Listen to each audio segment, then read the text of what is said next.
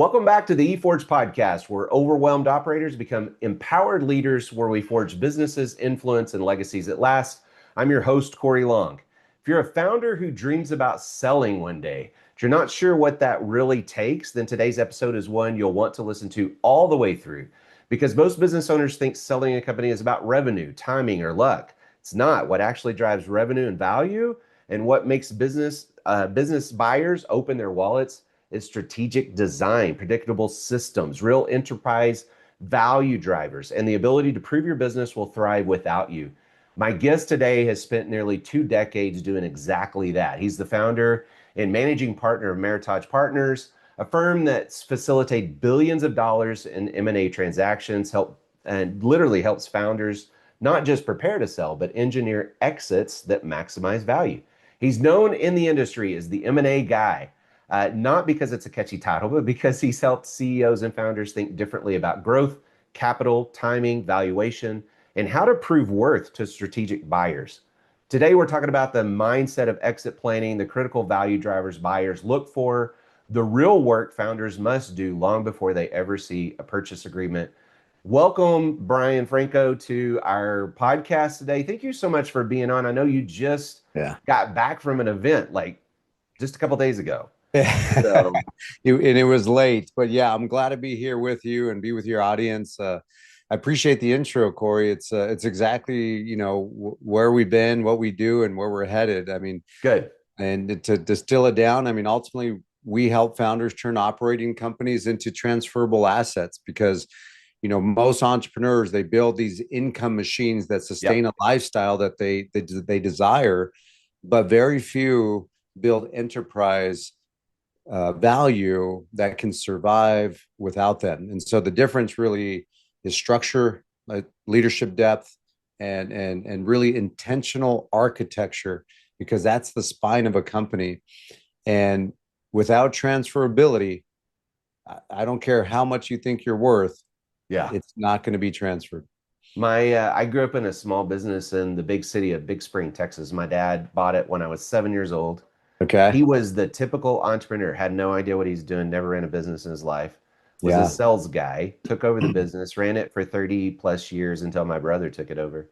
And he built it around himself. Like everybody knew him, right? Which I think that's kind of the story you probably hear a lot is if my dad had sold the business back, my brother had built systems and all that later when he took it over. But if he'd have sold the business back then, the value of that business wouldn't have been very much. So talk to us a little bit about what does that look like? What's the process of what you've learned through the years of building an actual leadership-based, system-based business?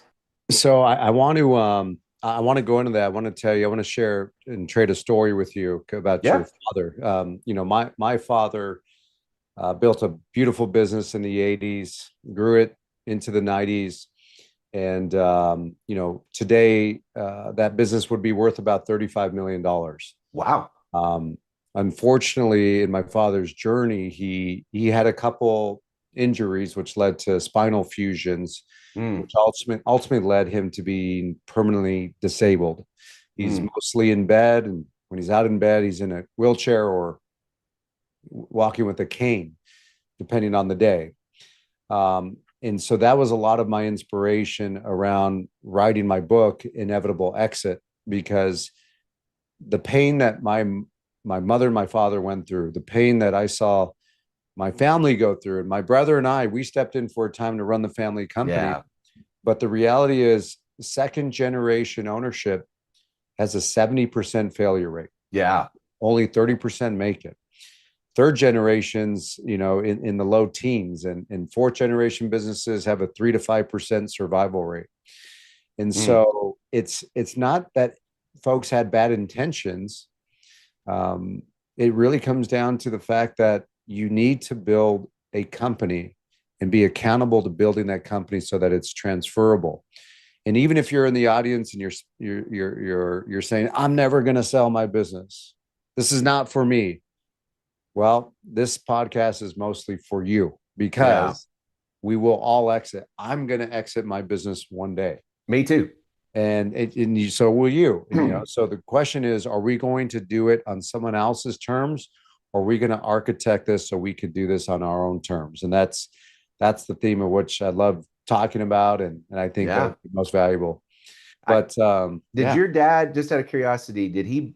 I know my dad literally bought, there's four of us brothers. He okay, bought the business. In his mind, it was, I'm buying this business to pass it on to my sons. Like we were all given an opportunity to get a piece of the business and all that. yeah. Did your dad do the same thing? Did he build it or buy it to kind of think about passing it on to you guys? He did, and most, baby boomers, that was their dream. That was the American Yeah. dream, vision, right? But I've sat with business owners that we've had these conversations, and the son or the daughter, they say, well, Dad, we never wanted to own the family company. Yeah. Thank you, but it's just I have my own dreams, I have my own passions, I have my own pursuits. And that's a huge disconnect, because typically, in your story and my story, our fathers did this to help us, to give us a brighter, better Right. future. But it's very disheartening and discouraging when, yeah, your children or your lineage doesn't want to be involved. And my brother and I were involved long enough to help the family, but Yeah. eventually, my brother does what he does in his career, and as well as I, and we pursued that with all the passion and pursuit that we have. But yeah, it's very common. It's very common. But to that point, you're still exiting. Your father Yeah. would still be exiting. And the question is, what is he leaving behind? Because that's an internal transaction, passing on to family or leadership. An external transaction is it's a third party. Right. Regardless of which direction you go, you're still transitioning and transferring that company. So to me, forging a business means hardening that business under pressure, right? Because a forged company can survive leadership transition. It could survive market shifts or capital events without collapsing. Right. And there's a lot to be considered in that, but we'll certainly dive into that together. Well, and I think about like even the business that I have, I teach entrepreneurs how to build their businesses, especially in the marketing world. That's kind of what I've done for the last however many years. And many of them, they get into business and initially it's just about I need to make an income, right? I need to survive, I need to pay my bills. And then at Yeah, some point they start to have that shift in mindset and they're going, oh man, I'd like to actually have a life and not a job. And so right. And then they start to shift into that, well, I need to either hire or get outsourcing or VAs or I don't know, whatever it is. yeah, And then and you can kind of see that flow of the process of the way they think about transferring or building something that's different than what they started as.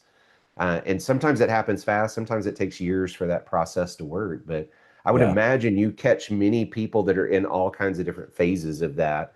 Because even some of the bigger businesses that I've been a part of and we've marketed for, it's still owner ran. It's really more of an operator than an owner.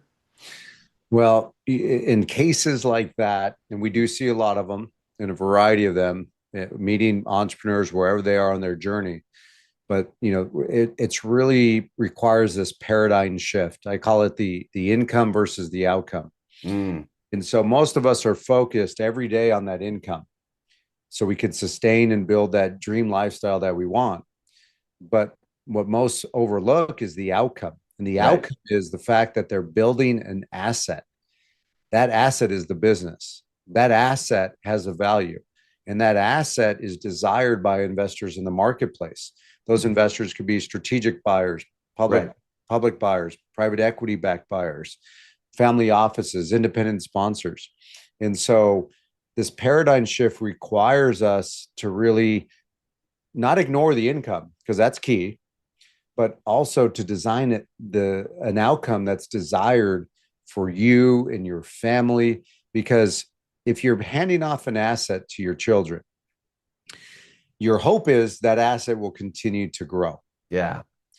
The reality is, and statistics tell us, that's not the case, and majority of the No. time it fails. 70% of companies will fail in the second generation of ownership. And why is that? Well, it's because business owners and operators, they are not building a system dependent company. They're building a founder dependent Yeah. company, and they are involved in the decisions, and they're involved in this in routing information and quotes and deliverables, and the list goes on. And so once we could enter into that paradigm shift of income versus outcome, there's where it's going to be revealed to you and all of us of the massive wealth that is trapped inside your company, and how you can extract that through a sale, a liquidity event, a merger, an acquisition, at some capacity, right? Because Yeah. income is what we're earning, Yeah. but the outcome is the enterprise value that we're building along the way. And that is what creates generational wealth. It was interesting. I just got off a call with one of my training groups. One of them asked me about contracts inside of the agency world. Yeah. And, in the agency world, if I don't have a contract, if I don't have some kind of agreement in place, what value do I like? You know what I mean? Like if there's not a agreement in place for that monthly recurring revenue, some kind of a long-term contract to have some kind of validity that, hey, when you buy this business, these customers are going to stay with us for X amount of time at least. It really devalues everything. And I was trying to help them to see that, look, you gotta have these things in place, or that business has no value to the next guy that's going to buy it. So buyers and investors are looking and they're underwriting to predictable revenue streams. And Mm, so you said it best. If you could have long LTAs or long-term agreements, contracts with your customers or your clients that live beyond a single transaction or a single yeah. project, that is why when you compare that logic to software companies, this is Mm, why software companies are so valuable, because it provides predictable revenue streams through yeah. Subscriptions, monthly right? subscription-based revenue that's monthly Yeah. reoccurring or annual reoccurring, but respectively MRR and ARR. And that alone are going to be valued at a greater enterprise value than a project-based business. And so if you can construct your company and design it in a way where you do have recurring revenues at some capacity. I mean, heck, even HVAC companies have recurring That's revenue. right. They do Yeah. monthly Yeah. reoccurring revenue by way of maintenance work every month or quarter. But guess what? That puts them front of the line when it comes to the larger project work that's going to come down the pipeline. And so when you marry those two, the reoccurring revenue and the project revenue, it provides for predictable revenue. And that's what, again, investors and buyers are underwriting to. Yeah, that makes a ton of sense. I know for me, when I looked at our business, we did 17 years of full-time ministry. We came out of that broke. We're like, hey, we've got to at some point we need to retire, send our kid to college, have a do stuff. And so we started the businesses 11 years ago. We Okay. ramped up real quick. Within a couple of years, we were at seven figures a year, and we had 18 employees, and we're trucking along. And I woke up one day and I thought, I have created a great job for me. Like Yeah. that's literally what I had created. And if I had stepped out of the business at that point, there really was no one to step into my position or be that person inside of our company. And it wasn't too long after that that we started traveling full time in an RV, because I forced the issue of the business systems getting put in place so that it would run without me. I was like, I'm not going to get trapped into this because that's not what we set out to do in the first place. So I think a lot Correct. of business owners, they probably don't know how to make that transition. Do you have any advice of how do we go from that operator mindset to the owner mindset? And I know we've got all kinds of different listeners on here, but really it Yeah. doesn't matter what kind of business they run. You're going to No, have to move that way. no. Our firm, Maritage Partners, we're industry agnostic. So, we work within healthcare, within architects, engineering, construction, manufacturing, software, B2B service, B2C service. Nice. So we're agnostic. And the theme of which we're talking about is also agnostic. Most entrepreneurs fail to build a transferable business because they build the company around themselves. They're Yeah. the ones that are solving the problems. Yep. They're the ones that have the centralized decision-making process. And they really equate control that they have to strength. Right. And it's farthest from the truth than I could scream that as loud as I can, but it's farthest from the truth because the reality is, these companies are growing faster than they are professionalizing. Right. And so when you think about this, said differently, most founders, they don't lack ambition at all. They lack architecture. Right. And that architecture that is required is the opposite of what I just said. Don't solve every problem. Have a team that can solve Right. problems and isolated problems. Have a centralized system that empowers decision making amongst your leaders.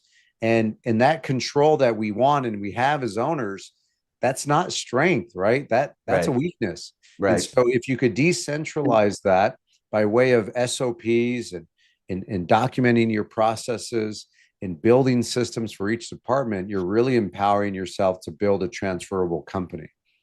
Do you guys work with any size of business? Is there a particular size of company that you kind of your sweet spot, or does it matter?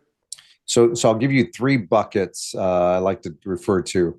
So there's companies that are making less than $2 million of profit per year. We call it.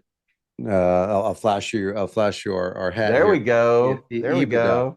go. So Good earnings, EBITDA. yeah, Yes. EBITDA, earnings for interest, taxes, depreciation, and amortization. And so, but with that said, that first bucket, if you're less than $2 million of EBITDA, there's still a market for you. You're typically going to be perceived to be an add-on acquisition to an existing platform, Right. to an existing larger company, mid-size or larger company. So that's one bucket, and we service those clients. And then the second bucket's going to be from $2 to $8 million of EBITDA, fancy way of saying profit, right? Right. So 2 to 8 million, you have the ability to be a platform or an add-on, depending on your industry, depending on your size and scale, right? Because not all profits valued the same, right? Right. Again, we just talked about companies with recurring revenue, like software companies. They're going to achieve valuations based upon a multiplier of revenue, not a multiplier of profit. So that second bucket's 2 to 8 million. The third bucket is 8 million and beyond. It could be 8 million to 10 to 20 to 30 to 40, $50 million and beyond of profit per year. And why we classify and categorize those companies in those three buckets is because those three buckets ultimately represent three different types of investors in the marketplace. Sure. And so they don't typically overlap. They typically focus on those size and scales of companies because what we find is earlier stage investors, not startup, but earlier stage, where the company is less than 2 million of EBITDA, they have the playbook, the capital, and the know-how to scale that business to 5 to 6 to $8 million of EBITDA. And when they do, their intentions to then sell it to the Right. later Flip it stage again. investor. Exactly. Yeah. So That's interesting. So you found like the buyers themselves are kind of sectioned out even in price ranges. That's correct. very interesting. And I Absolutely. would assume you mentioned earlier some are investors, some are family offices, some are whatever. And that's kind of interesting too, because I guess you guys, do you have like if I came and worked with you, do you guys work one-on-one with you as a company over a period of time and then you help find a buyer? Like Mm. what all part of the process do you guys actually help with? So this is one of the answer is our biggest differentiator. Okay. The work that Meritage Partner does is transactional in nature, right? We can't change that. It's transactional. Yep. What we prefer to do is meet owners wherever they are in their entrepreneurial journey. And we want to meet them where they are to help them architect and build a strategy to get them to that, as we described, the inevitable exit. Yes. A book that I wrote, and it's a playbook for entrepreneurs to build their company so that they can one day exit. Sometimes, and most times, it's not a date on the calendar. right? It's not like an Yeah, I want to sell January 1. Yeah. yeah, or like if you're a federal or municipal employee, Yeah. you're going to have a retirement date. That's going Yeah. to be a date on the calendar. For business owners, it's not like that. Mostly, it's a dollar amount in the bank account, is what I see. And Yeah. so we want to meet them early enough. And so our journey begins with really baselining the valuation of the company, which is a range, and also scoring the business from a transferability standpoint. Mm, You could be extremely valuable, but you may not be transferable. right. And so when you think about how investors underwrite to this, they're underwriting to risk. And if the risk is that this business would deteriorate if it was transferred, for all the reasons we discussed already, how Yeah. we've trapped ourselves in our companies and trapped ourselves into a high paying job, that's not what they're looking for. Yeah. So we meet them where they are. We build, we baseline the valuation. We do this assessment, and we give them actionable advice on what they can do to increase the enterprise value and increase their transferability. Mm, And then once they're ready, some of it's, this could be 3 to 6 months in. For others, it could be 12 to 24 months out. Regardless, they are positioned so that they are ready for that inevitable exit. And so that's our differentiator, because when you go to transact, we're looking at snapshots in time of financials, of management teams, of systems and processes. And if those things have not cured, which we expect them to be cured in the process of educating them and preparing them with a playbook, um, you're dealing with a snapshot in time. right. You can't change that snapshot, but what you can change is what that snapshot looks like and when you choose to take that snapshot. That's the Yeah. biggest. That's the biggest driver of why we're successful as a firm, and why we have so many clients that have successfully sold their companies in whole or in part to a larger later stage buyer or investor in the marketplace. Yeah, it makes a ton of sense. And I love it. Almost sounds like concierge service. Like you come in and look at my business very personally and then what my goals are to and it sound I know most of the guys that I know that are selling businesses, they're looking at exiting, getting out, and that's their retirement. That's what they're planning on living off of. So they're trying to get a certain amount of money, like you said. So Yes. that's interesting. Yeah. Yeah. Well, you think about retirement. What empowers retirement? Well, it's typically wealth, right? Yeah. That wealth is either made or inherited or both. But when you look at wealth, like if you and I were wealth advisors, we would present to our client a pie chart, right? Right. And in that pie chart, we're going to have cash and stocks and bonds and real estate. But typically for entrepreneurs, a big piece of that pie, if not a Business. majority of the pie, is the business. Yeah. And so we That's know where how all the money goes. that's where all the money is. So selling stocks and bonds, those are liquid. You could Yeah. sell those. There's a Yeah. market for that. But there's also a market for your business. But if your business is not transferable, it's less likely to be able to achieve the valuation that we all deserve. Well, I've heard something like 75% of the businesses that go on the market don't sell or something. Is that accurate? I've heard similar stats. We our success rate's over 80%. Wow. And That's really good. it is. And when you look at when it comes to offers for our clients, it's hard to say 100%, but Sure. let's say 99.9% of the time, we will produce an offer for our client. It's up to our Mm, client to accept it or deny it. sure. Sure. But we have such a high success rate because we spend that time early on before going to market. But the stat that is accurate is 75% of business owners do not have an exit strategy plan. Yeah. And so I always say, we all have business plans. Most of us do. If you don't have an exit plan, you have not finished your business plan. Yeah. That's true. When we started the epoxy company, I started with a couple of buddies of mine from high school. It was an interesting journey. Yeah. And one of the things that was fascinating is I went into that business thinking about the exit. I literally went into the business going, okay, I'm going to build this thing to exit this thing in 3 years, 5 years, whatever it Yeah. is, at this amount of money so that we can get this amount of multiple. Yes. And I was looking at it that way going into the business. I did not start the other businesses that I have that way. I Mm, learned that over time that I need to start thinking about that. And I think initially when most guys buy, like I don't know that my dad ever thought about he never, no, he did. He didn't think about selling the business. He thought one of us would run it forever, right? yeah. And so So he he never thought even about thought about it. transferring Yeah, the business. yeah, Is he what he was just thought going to about. transfer it to one of us boys, and he ended up doing that.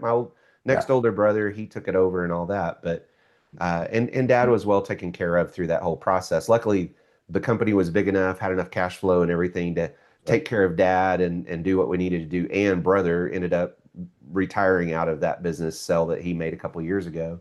Good. But I think about how many people that I know that own a little plumbing company or a little HVAC Yeah. company or a little whatever, and they have no like there is no plan. And sometimes they're the everything. They're the guy still driving the truck and turning the wrench and right? Like Yeah. what do you do with a business like that?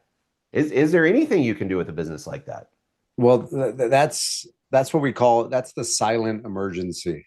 Mm, So a lot of businesses that they look strong, right? yeah, Because revenue is growing, the team is busy, but internally everything depends on one person, typically yeah, the owner operator. yeah, And that's the silent emergency.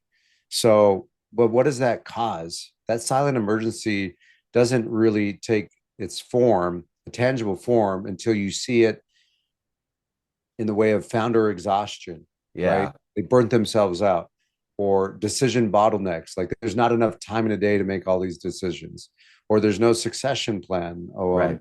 or your leadership bench is too thin or non-existent. You could be the only leader in the organization.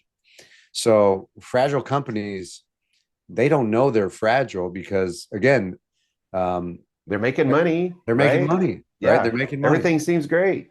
Yeah, until it's not, right? And Yeah, I can tell you, I mean, you look at a case study like my father and the story I shared with you.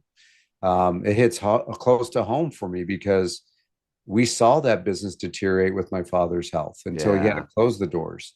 I've sold companies where the widowed wife, she cried on my shoulders, thanking me for selling the company because the husband died prematurely of a heart attack at age 50. wow. We had a client that we sold a business in the energy space, and he was in his mid 30s, had a successful business, his whole future ahead of him. He went home on a Friday and never came back again. Wow. He died a human vegetable because he was involved in a motorcycle accident over the weekend. And Mm, we don't know when we're going to exit. I mean, that's why my yeah, message is it's inevitable. It's inevitable. We have to be ready. So there are things we can do, right? You can develop leaders so they're independent problem solvers. You can decentralize decision making and distribute that amongst your team. It's all about accountability, right? And building a culture that can survive the stress that you're going to put on it, because it's not going to be easy. It's going to be right, stressful, right. but the outcome is you have a company that is forged leaders Yeah, that aren't founder dependent, and that's the win. That's the win. yeah, yeah. It surprises me how many business owners I talk to and see, because I talk to all kinds of business, especially with the marketing stuff that we're doing now. I'll tell you, I mean, just straight up transparency. This year, 2026 is going to be a rough year for businesses that don't understand that AI is coming for their business. And the AI search piece of that, I've talked to business owners all the time, right? I talked to a clinic owner this week. He's been in business since the 80s. And he said, in the first time, he said, I went from 100 phone calls a day to 25 phone calls a day, like overnight. And it's because of AI. AI is taking the searches away from his Yeah. business. He's still ranked on Google. He still looks great on Google, but AI is pulling so many searches away that he's not getting those phone calls anymore. His market share has gone way down from what it was. And so I look at these businesses right now and I'm thinking, I don't care how big you are, doesn't matter. Like if you don't get on board with some of this stuff, you're going to be affected in 2026. It's going to mess with your business. It will, and it's AI is it's a mystery to a lot of us still. We're learning, It's right? a mystery to AI. Yeah, exactly. Yeah, AI even hallucinates data. Yes, Um, it does. but AI is really there to equip humans. And Yeah. if you could implement AI in some capacity for process or automated processes and some of these redundant tasks that we do every day, that's a positive thing, right? Yeah. But Yeah. It's a tool. it is a tool. It's a very powerful tool, and once you learn how to use it and harness that power and that energy that it creates, it's a winning strategy. Yeah. But all that to say, yes, folks should be looking at that, and they should be looking at how they could implement technology, including AI, into their companies. We're seeing it in healthcare. We're seeing it in manufacturing. Yeah. We're seeing it in even home services, like you said, Yeah. HVAC and plumbing and roofing. We see it there as well. There was So, robots when we got out of the epoxy business. They already had machinery robots that you could walk and drop into a garage. They will do all the grinding and all the prep work for you while you go do something else.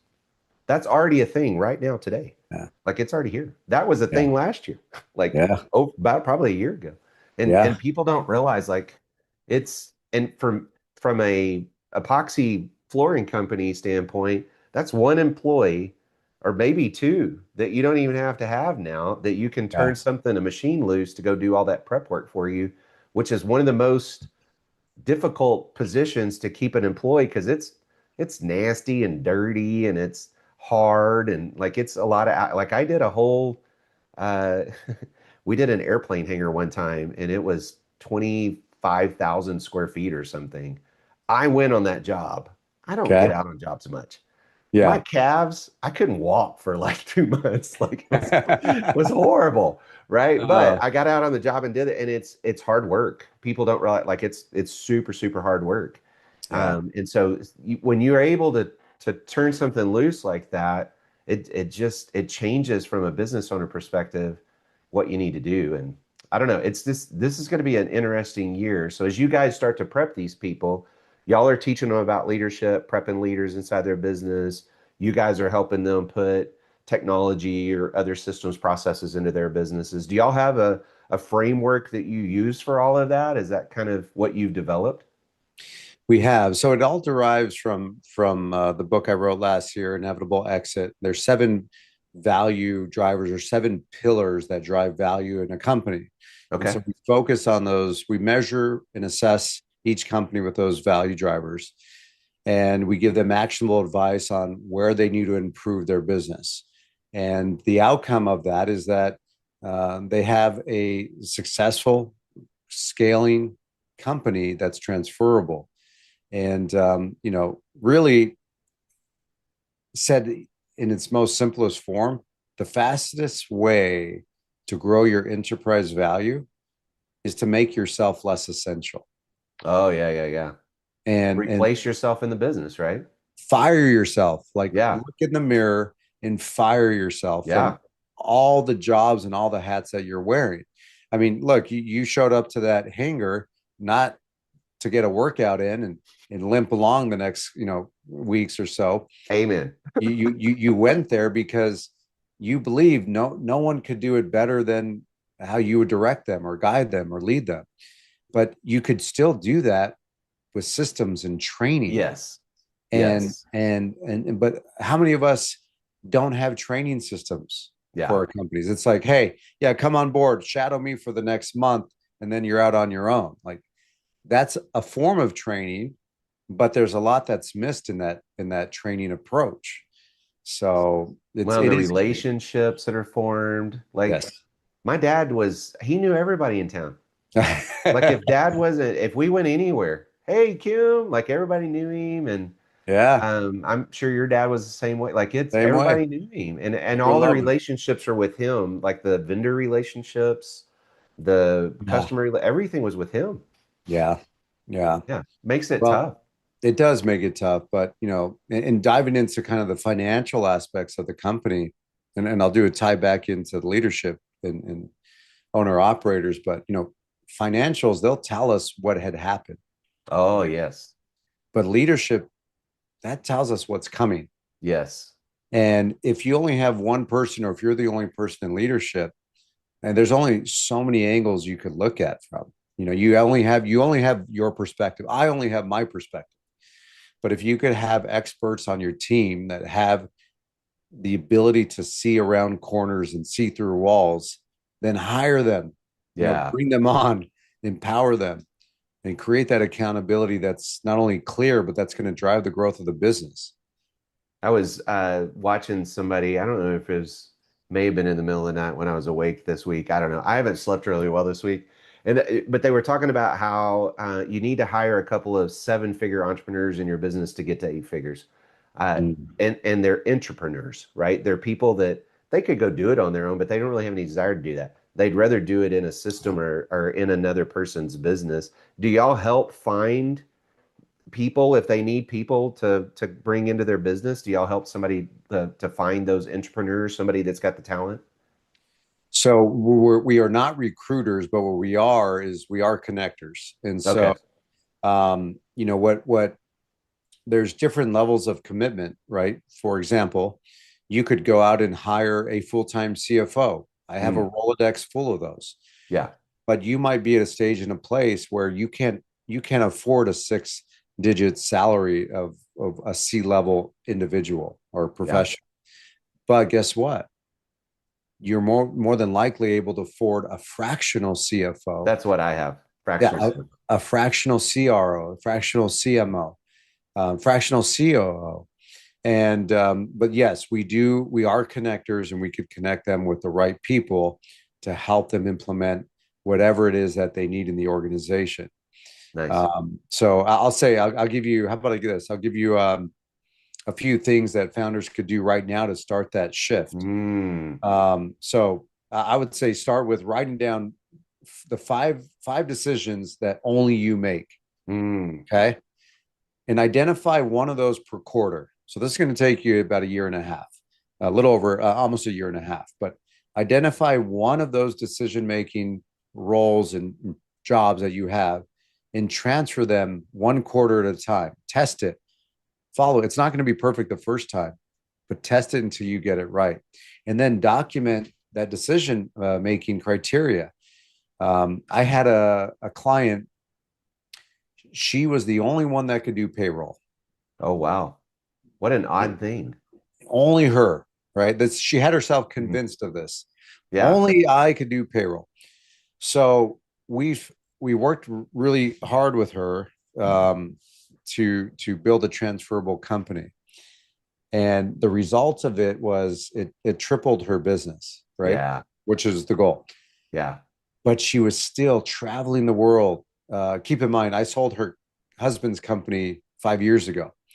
And so he's in retirement mode. He's traveling to Italy and Yeah. seeing all parts of the world. She's going along with him, but guess what? She's still doing payroll. She's still doing payroll. And so we forced her to Uh, really look at this and resolve it. But it wasn't cured any faster than she documented her decision making criteria. What were the decisions she was making when she yeah. was computing payroll, right? And then she developed a leader with intention, not accidentally, but with intention, to teach them how to do this. Mm, And then you fine tune over time. You review your org chart, and as you see the company growing and scaling and being more productive without your direct involvement. I mean, this ultimately, these five rules I just laid out is the fastest way to grow enterprise mm, value in your business. But guess what? It also makes you less essential. yeah. I mean, who doesn't want that? Like, Yeah. if someone's going to sit here and say, "No, I'm not exiting. This is not for me," even though I gave you some case studies of people that exited when they didn't even know they were going to exit, right? Yeah. But this is the silent alarm that needs to be heard, and you got to slow down enough to listen. It's kind of funny. I feel like most of the people that I talk to that start businesses, like say I work with a lot of these startup entrepreneurs. They're starting a side hustle, they're starting their first business or something. Yeah. And so most of them start in with the idea initially of I want more time, I want more money, Mhm. right? I want to be able to travel, or I want to be able to spend time with my kids or whatever. Yeah. And that usually is not how it works out. Not in the beginning anyway. No. And so it's kind of interesting that you said what you said a second ago, because the truth is if we do put those things in place, then we will have more time, we will have more finances. We're not going to be messing around with payroll. Like I learned a long time ago, I outsource payroll. I've got a great payroll company that does that for me, and they're great, and they're really inexpensive, and they're wonderful, and they're super accommodating, and I don't ever have to worry about it. Like it's just done, right? And You're right. yeah, I have a fractional COO. I also have a fractional COO. Yep. Um, and so it works really well for me in the way that we do the businesses that we have. You showed your book earlier. Can they get that anywhere? Is your book available anywhere? Yeah, wherever you consume books, whether it Okay. be Amazon or bookstores, they could also find it directly at inevitableexit.com. And when they go to the website, we have a free gift for the audience. It's the 10 fatal mistakes that will kill your exit and steal your legacy. Oh, And, wow. and these 10 fatal mistakes are drivers for individuals. So that's why we put it out there. We want to give that as a gift to your audience. Well, thank you. That'll be really Yeah. cool. Yeah, you guys need to go. So they need to go to inevitableexit.com. InevitableExit.com. And then is it Yes. just if they buy the book from there, is it a form that they fill out Yeah, they on the could site and access stuff? the free report there, and then they're given the opportunity to buy the book, Nice. and then we have it shipped out to them. And so yeah, so it's very simple. If they want to reach our firm, Meritage Partners, we could be reached at meritage-partners.com. And we're happy to book a discovery call to learn about the business owner, where they're at on their journey, and really give them that direction, education, and actionable advice that they need to prepare for their inevitable exit. So is the book available on Audible by chance? I need to do I that. get asked that all the time on my I book. I Is it need to available on do that. Audible?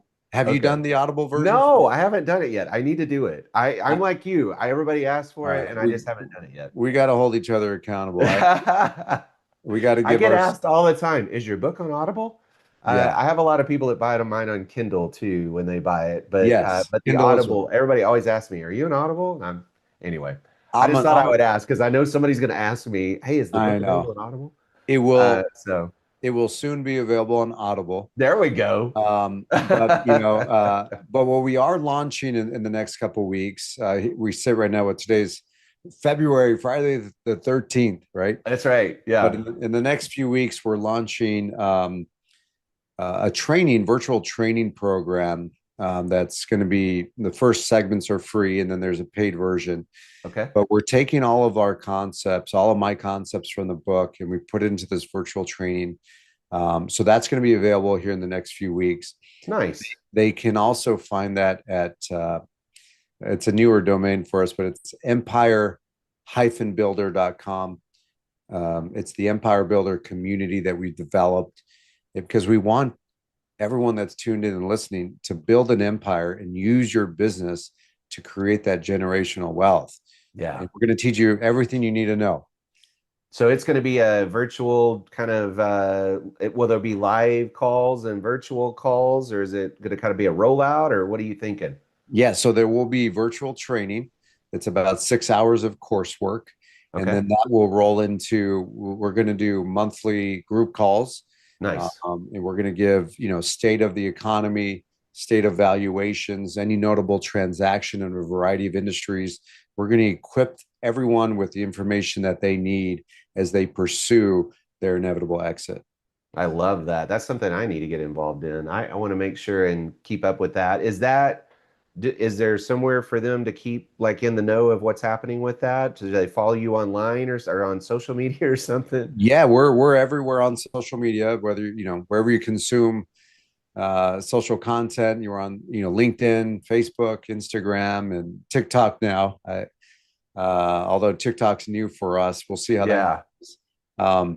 But again, no, I would just say to them, go to empirebuilder.com Okay. and secure their spot. We do have a sign-in page where we will keep them up to date with progress status and all of the related launch.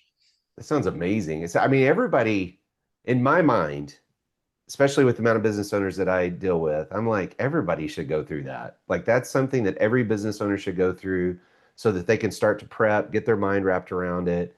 Because at some, like you said, some point we're going to exit one way or another. And so we might as well do it the way we want to do it instead of just randomly having something happen to us or Yeah. thinking, oh, I'm going to do this. And then there's no value in the business or whatever it may be. So, yeah, that's huge. So, three different URLs.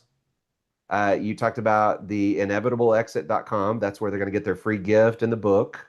Yep. Great place to go. You guys need to go get your free gift. I'm going to be going and doing that. And then you got Meritage Partners. And Yeah. you said it's hyphen, right? Yeah. Meritage hyphen Meritage Partners. Partners.com. And then they could potentially set up for some kind of discovery call with you, talk about the Yes. business exit, how that works, and the Correct. process you guys put people through. And then this Yes. new training that you guys have, this empire-builders.com, Yes. that allow them to get on the wait list. That's something that I definitely want to get. And I need to have you inside of our group. I would love to have you kind of talk about what you're doing because I think our students would love that kind of training. I haven't seen anything like that in the time that I've been in business. I don't know of anybody offering anything like that since I've been in business. So As far as we know, there is no one doing this sort of work. And it's important because the outcome of this work is better for everyone, right? yes, yeah, Including selfishly, including our own firm, because yeah, the more that we could sell our clients' businesses for, the more they win, the more we win. that's right. Yeah. Well, So I'm thinking about right now. I mean, I've got a daughter. She has no desire to run the businesses that I have. We've already had this conversation. Like, it's going to be at some point, it's going to have to be an exit some other way, third party exit. It's not going to be a transference inside of yeah, our business to our family of any kind. So it'll be me selling the businesses and getting out of them. And so I want to start learning. I want to learn what I need to do to be prepared and make sure that I know what I'm doing. So, Brian, thank you so much for just this strategic conversation that we've had today. I love that this wasn't just surface level, this wasn't theory, this was exit mechanics. This is the stuff that separates businesses itself from businesses that just close down one day. To our listeners, I want you to hear this clearly. Exit planning is not something you do at the end. It's something you build into the foundation of the business. It's built into your leadership, your systems, your team, your numbers, and most importantly, your strategy. If you want to go deeper with Brian, make sure and connect with him on meritage-partners.com. Pay attention to how buyers actually see value, not just revenue. If you've got value from today's conversation, subscribe, leave a review, share this episode with other founders that need to hear this. Like, this is such an important topic now, not later. Until next Thursday, keep forging forward, stay aligned with your calling, build with clarity, confidence, and conviction, because this is the forge where leaders are made and legacies are built.